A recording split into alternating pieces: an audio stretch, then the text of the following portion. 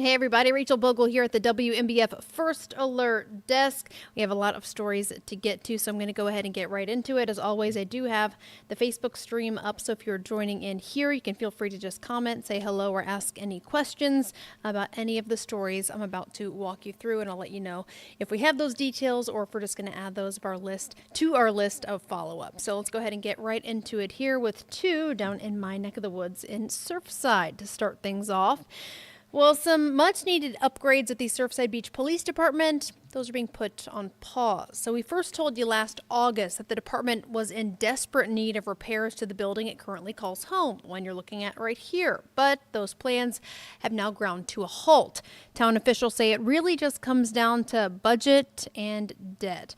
We're told the building itself is in pretty good shape. The police chief says they have had new ductwork and fiber tracing done on the second floor of the building, but he admits it really is quite crowded.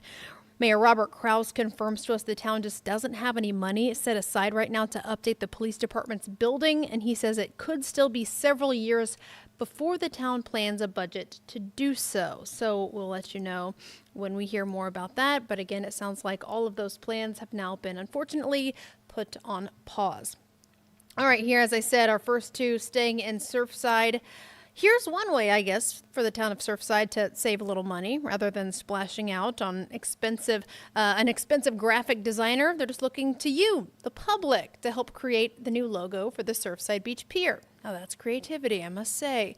From now through the end of the month, the town is accepting design entries for a logo contest. We're told they're looking for a unique, eye-catching logo that captures the spirit of the fishing pier. To enter, you do have to be 18 years or older. Here's the sticking point, though. Your design cannot be AI generated. The Surfside Beach Pier Committee will select 5 finalists. Then Town Council will ultimately choose the winning design.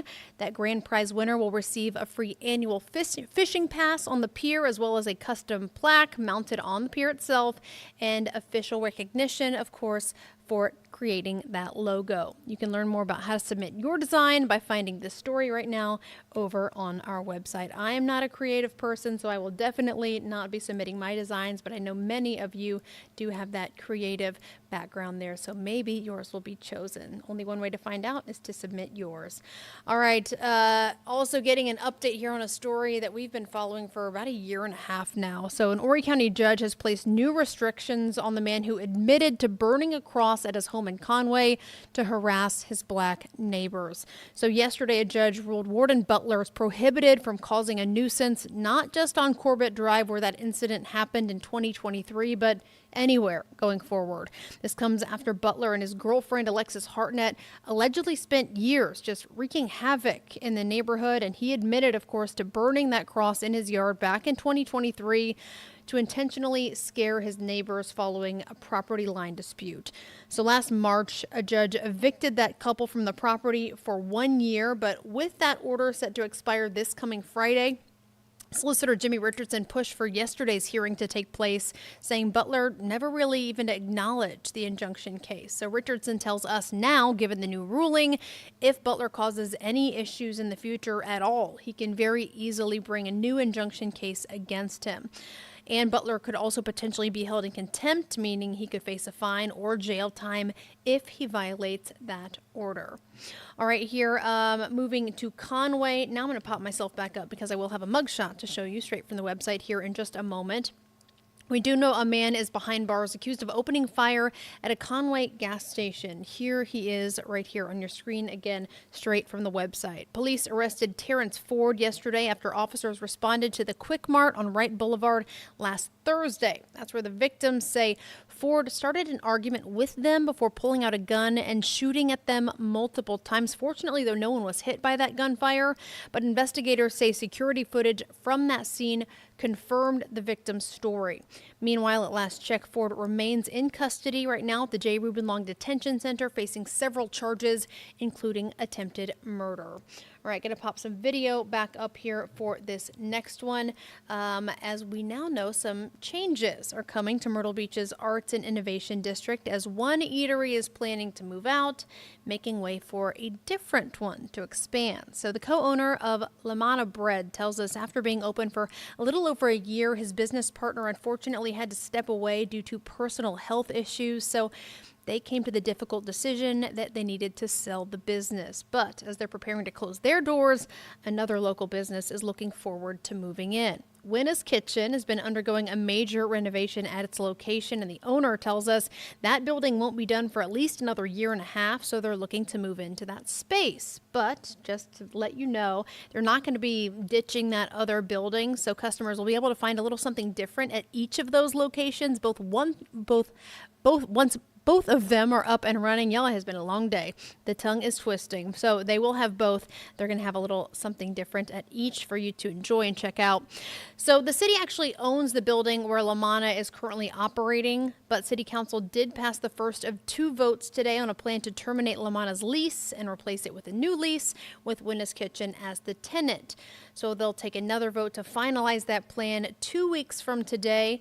Right now, there's no word on when Lamana will officially close its doors. Of course, we'll keep you updated if we learn of an exact date. But for now, it sounds like you can at least go in and maybe grab some bread or some of their offerings and just tell them thanks for the past year of just providing just great, delicious bread and baked goods, and just being one of the first to move in to that ever-expanding Arts and Innovation District during that big revamp project. So sad to see them go, but it is promising to know that we will have another local business moving in, so it will not be empty for long. All right. Moving out to the PD here for this next story, the South Carolina Law Enforcement Division is investigating a PD recreation department. So a spokesperson with SLED confirms the town of Latta requested the agency look into allegations of embezzlement involving the town's recreation department and its director, TJ Burgoyne. So Latta's town administrator says he did suspend Burgoyne pending the outcome of this investigation. If he's cleared and allowed to return to work after that investigation is complete, he will be paid for the time he was placed on suspension. So we will let you know when we get that update once that investigation comes to a close. All right, going to pop myself back up here for just a moment so we can talk about that forecast here. So more spring vibes, more dry weather, sunny, dry, mild, the whole thing.